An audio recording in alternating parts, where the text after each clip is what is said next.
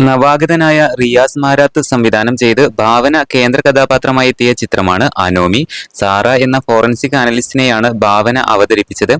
ഈ കഥാപാത്രത്തെക്കുറിച്ച് വൈകാരികമായ കുറിപ്പ് പങ്കുവച്ചിരിക്കുകയാണിപ്പോൾ നടി ഭാവന. അനോമിയിലെ കഥാപാത്രം ജീവിതകാലം മുഴുവൻ തനിക്കൊപ്പം ഉണ്ടാകുമെന്ന് അവർ പറഞ്ഞിരിക്കുകയാണ്. സാറയായുള്ള തന്റെ യാത്ര ആനന്ദകരമായിരുന്നുവെന്നാണ് ലൊക്കേഷൻ ചിത്രങ്ങൾക്കൊപ്പം ഭാവന കുറിച്ചിരിക്കുന്നത്.